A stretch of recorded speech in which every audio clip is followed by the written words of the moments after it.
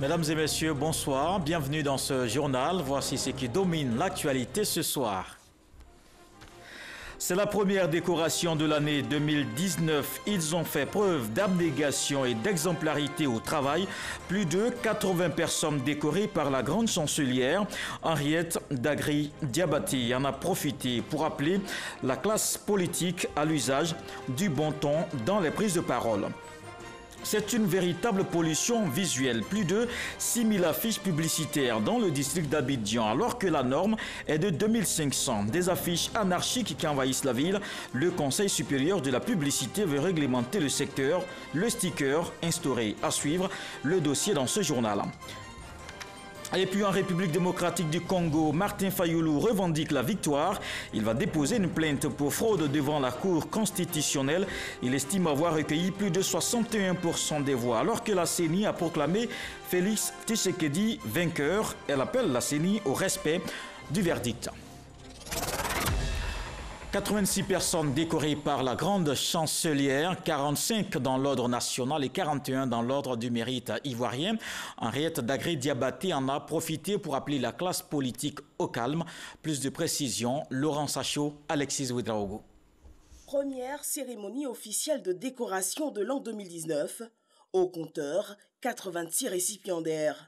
La grande chancelière Henriette Dagri-Diabaté a félicité l'ensemble des travailleurs qui ont permis à la Côte d'Ivoire d'être en marche au long de 2018.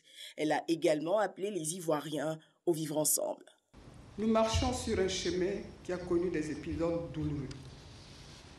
Plusieurs parmi nous gardent des cicatrices, des mots qui blessent. Eh bien, certains de ces gros mots des années de crise sont de retour parmi nous. Trop de véhémence, trop de colère, trop d'agressivité dans les prises de parole publiques. Je vous en prie, désarmons nos paroles. Mesdames et messieurs les récipiendaires, tous autant que vous êtes, vous avez relevé le défi.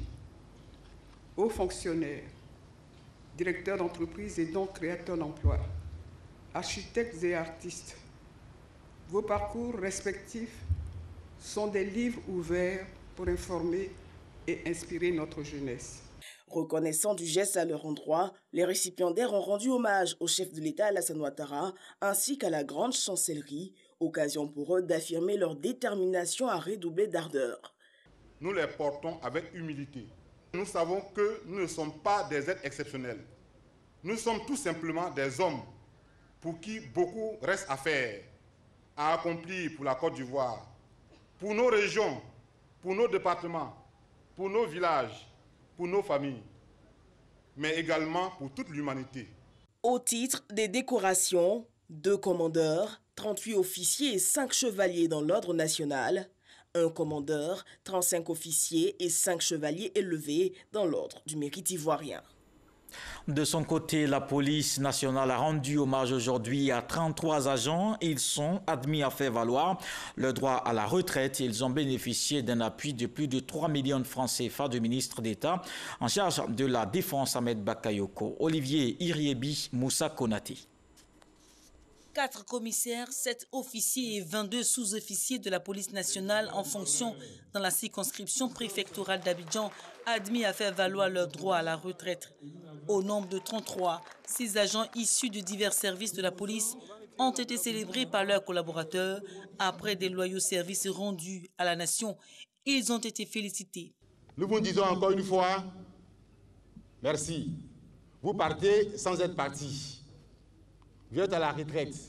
C'est notre vie qui s'ouvre à vous. Ce n'est pas une fatalité. C'est plutôt une grâce. Honorer les récipiendaires ont témoigné leur reconnaissance face à ces marques de générosité. Merci à vous d'être présents ce jour pour nous aider à passer ce moment. Un moment toujours éprouvant, mais très émouvant pour ceux qui, comme nous, partent. Nous avons chacun, en ce qui nous concerne, peut-être eu de bons et mauvais moments au cours de notre carrière. Mais de tous ces jours, nous ne comptons garder que le souvenir d'un seul, celui d'aujourd'hui.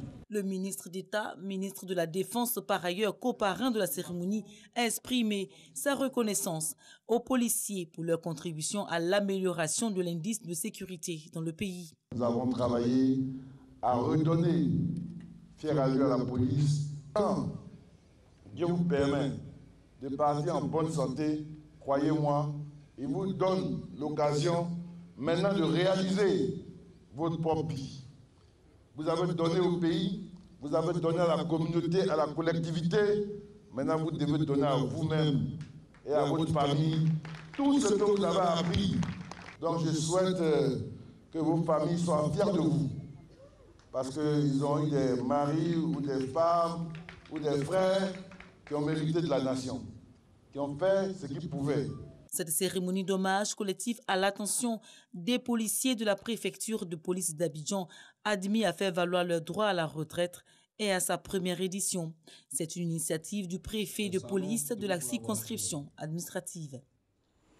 C'était un reportage de Olivier Irébiche et Gabriel Zani. 743 fonctionnaires et agents de l'État décorés dans l'ordre du mérite de la fonction publique. Les récipiendaires sont issus de tous les services. Ils ont été distingués pour la qualité de leur travail. Le ministre de la fonction publique a félicité les décorés. Issa Koulibaly les exhorte à redoubler d'efforts pour mieux servir les usagers.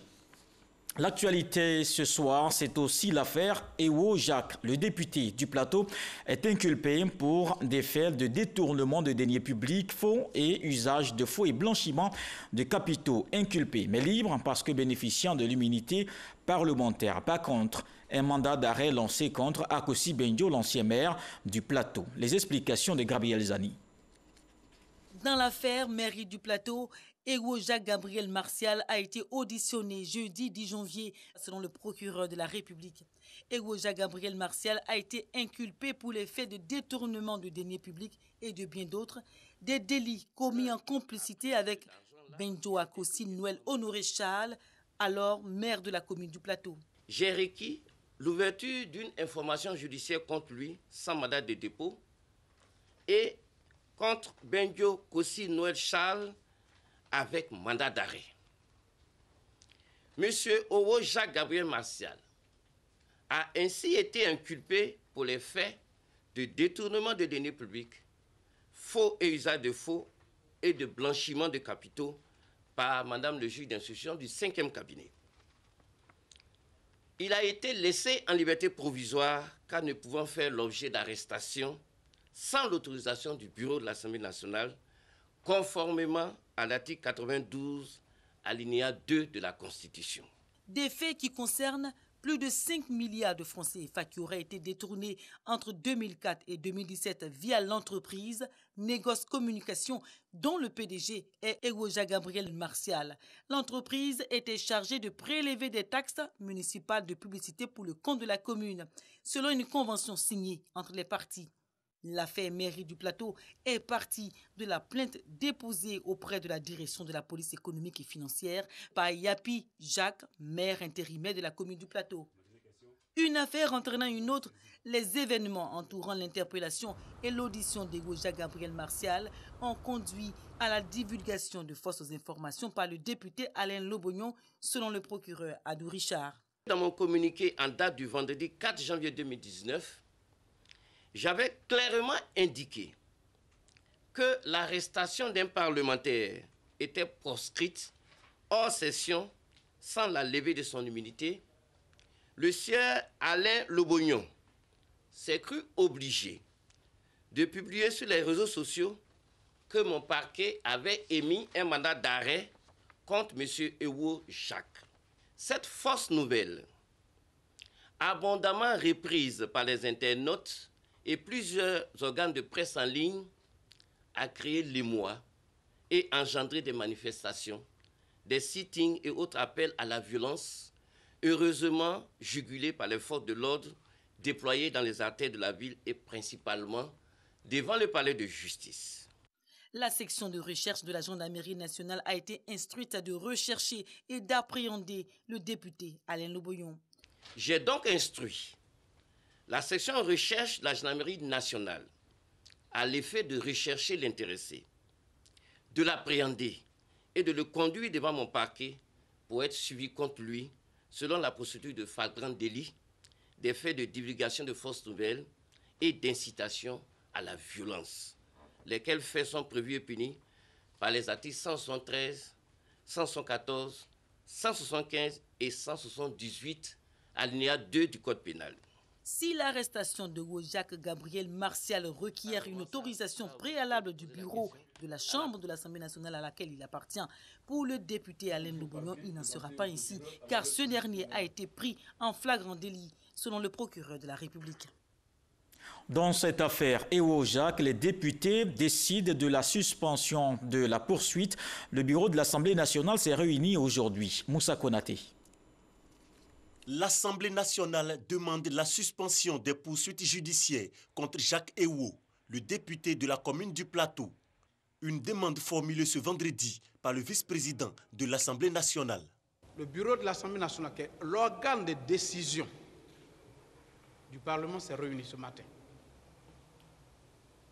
Et nous avons décidé la suspension des poursuites de notre collègue, le député Ewo Jacques. Il faut arrêter les poursuites pour le moment pour permettre à la représentation nationale d'être mieux informée sur le dossier de notre collègue. Selon Oula Priva, un courrier sera incessamment adressé au procureur de la République pour notifier la requête des députés.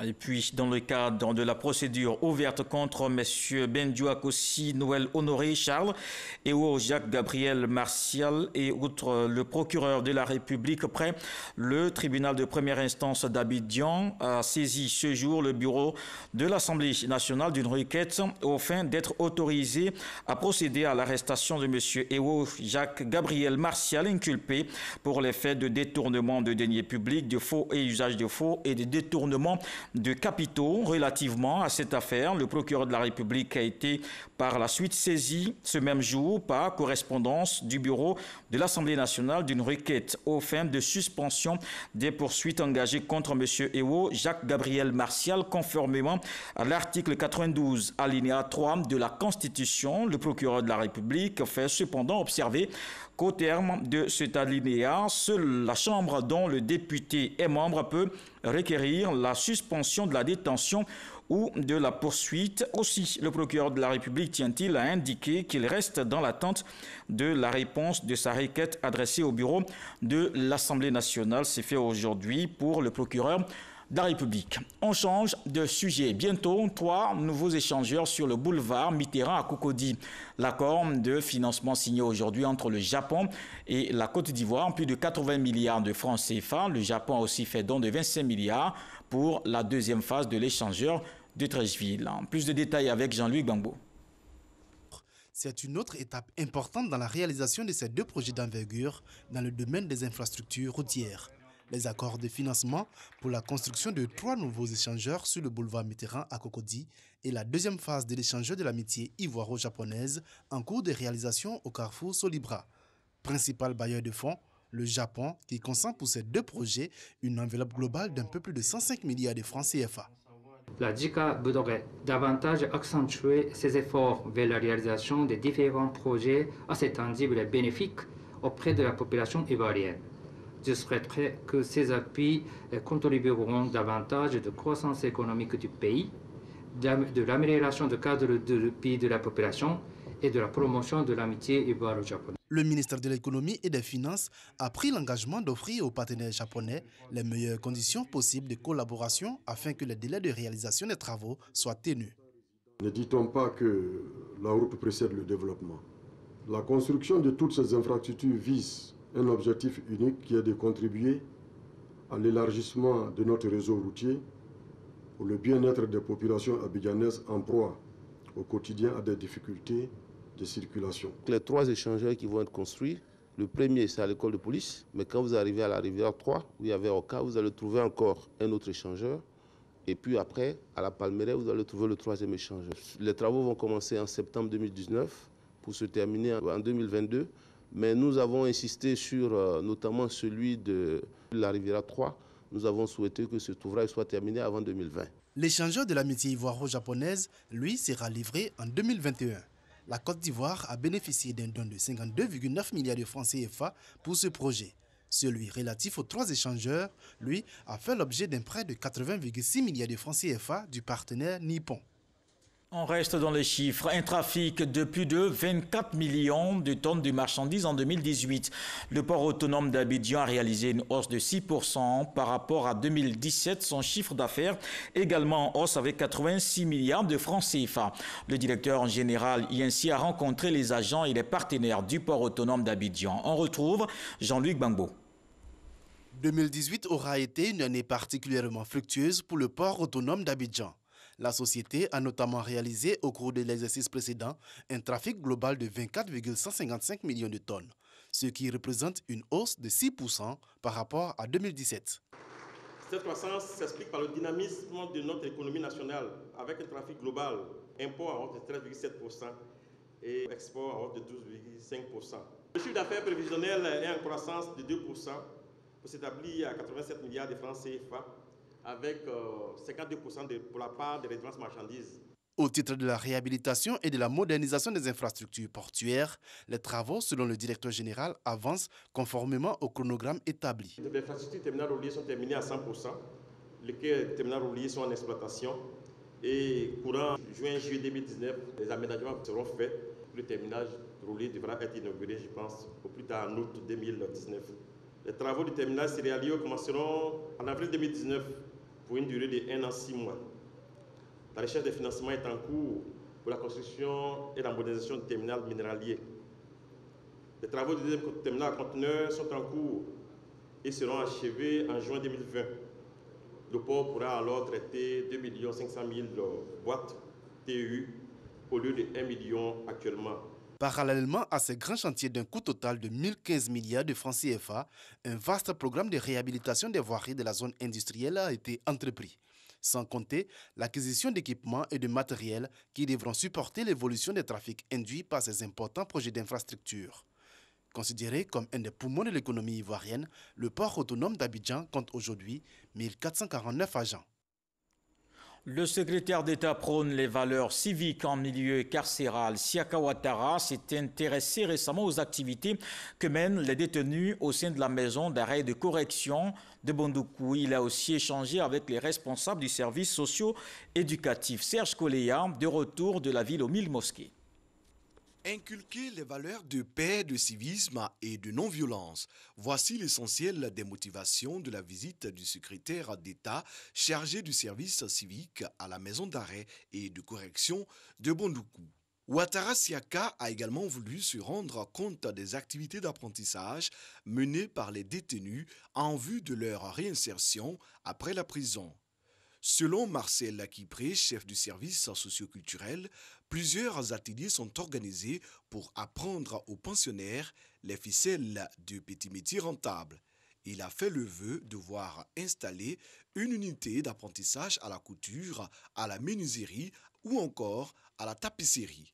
Ouattara Siaka a pris bonne note avant d'exhorter ces hommes et femmes en prison à devenir à leur sortie des Ivoiriens nouveaux. Prenez votre part dans le développement socio-économique du pays, dans la construction d'une cohésion sociale, ainsi que dans le maintien d'une paix durable. Devenez des hommes et des femmes nouveaux, prêts pour un nouveau départ et disposés à être utiles à vous-même et à la communauté. Le secrétaire d'État chargé du service civique les a exhortés aux travaux communautaires, au respect de la République et de ses symboles. Je vous invite à présent à suivre ce document. Il est consacré à l'anarchie dans un secteur. Il existe plus de 6000 panneaux publicitaires dans le district d'Abidjan, alors que la réglementation n'admet que 2500. Le Conseil supérieur de la publicité veut assainir le secteur de l'affichage. La solution trouvée, mettre des stickers. L'opération a démarré depuis le mois dernier. Le dossier vide ici, Franck Quadio.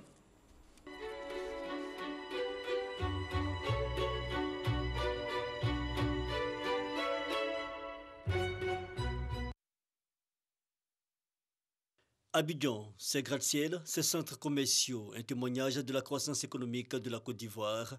Abidjan, c'est aussi la bataille pour la communication, plus d'une centaine de régies publicitaires, précisément 129 en 2013. Sur le terrain, cela s'explique par la présence de géants panneaux de publicité à perte de vue, 6000 panneaux publicitaires, carrefours, voiries et même les façades des immeubles. Rien n'y échappe, ils font depuis quelques années partie intégrante du paysage abidjanais. Les panneaux sont un peu trop, surtout à des feux, on a du mal même à voir des véhicules devant. Donc là, si on peut diminuer aussi les panneaux, on va trouver un endroit où on peut les placer pour que nous, les automobilistes, nous puissions aussi voir aussi la visibilité un peu plus devant. Voilà. Sinon, franchement, c'est trop. Vraiment, le panneau, là, souvent, ça m'arrange. Parce que ça donne un peu de formation, quoi. Formation, on peut faire aussi, quand c'est joli comme ça, la vie est un peu jolie.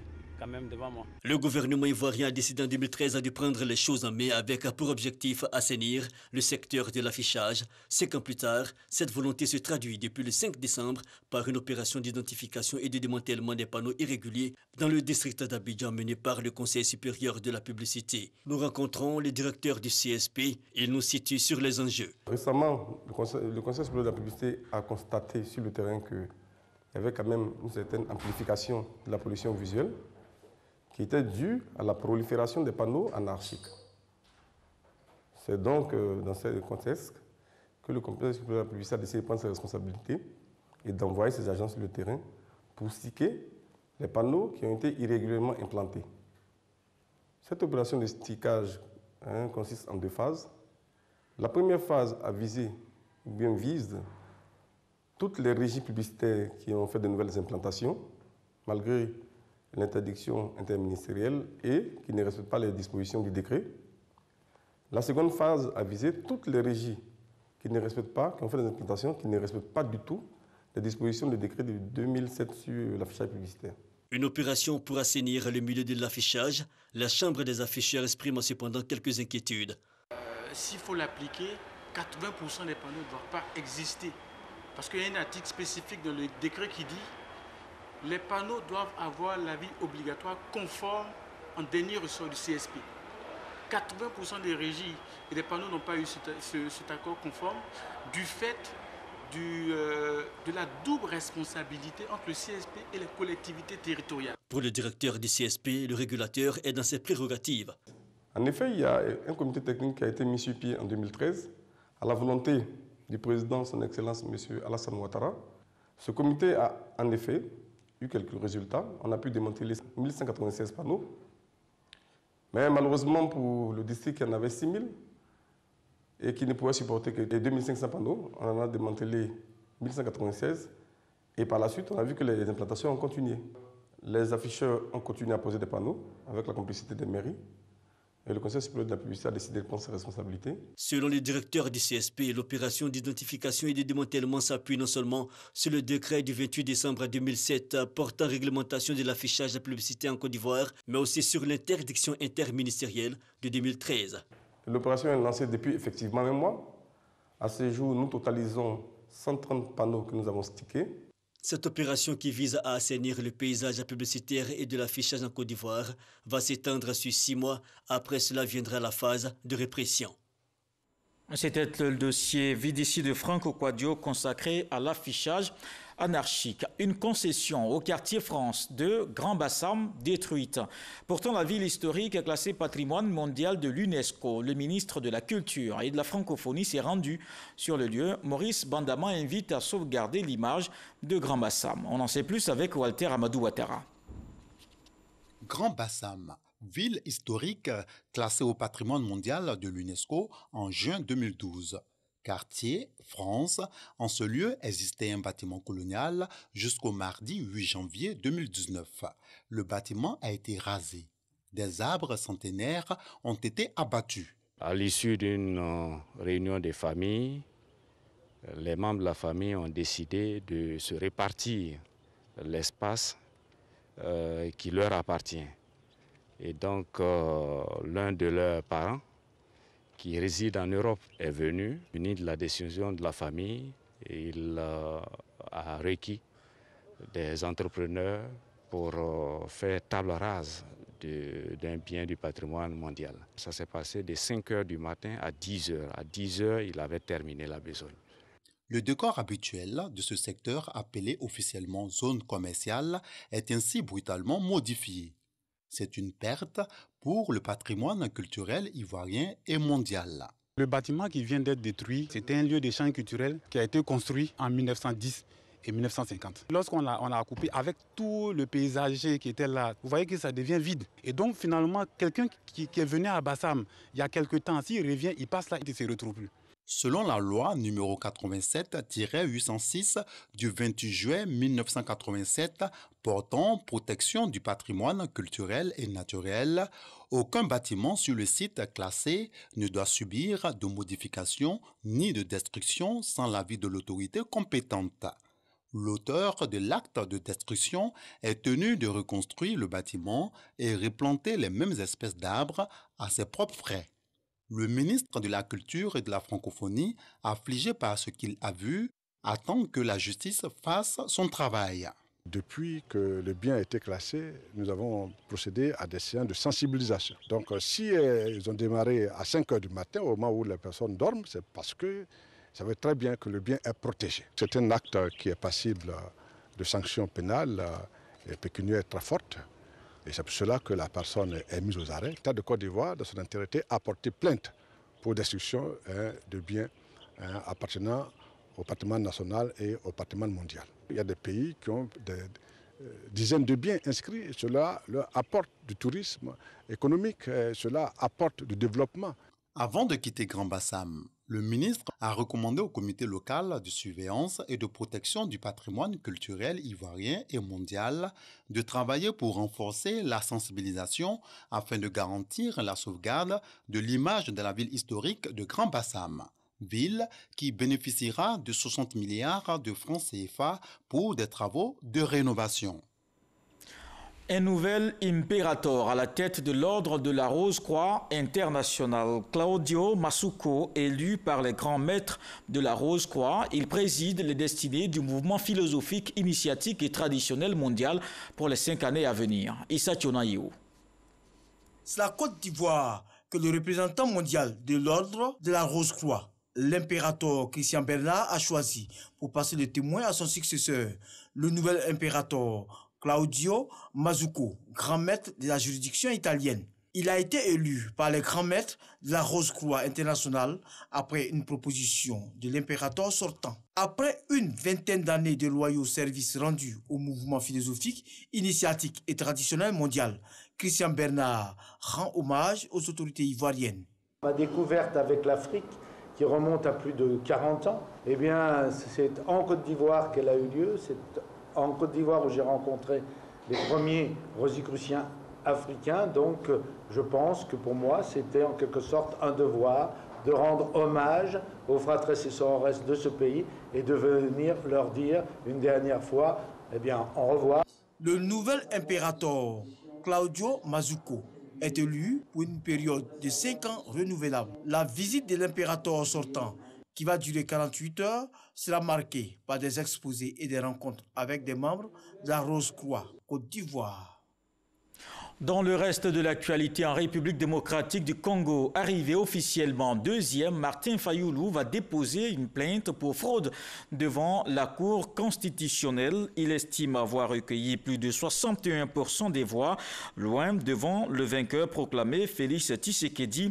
Le Conseil de sécurité de l'ONU s'est réuni aujourd'hui à Paris. À la demande de Paris, le président de la Commission électorale nationale indépendante, Corneille Nangaa, exhorte les Nations Unies à soutenir les nouvelles autorités élues. Il met en garde contre une annulation du scrutin. Ce journal est terminé. Merci d'avoir suivi. Je vous retrouve demain avec beaucoup de plaisir. Bonsoir.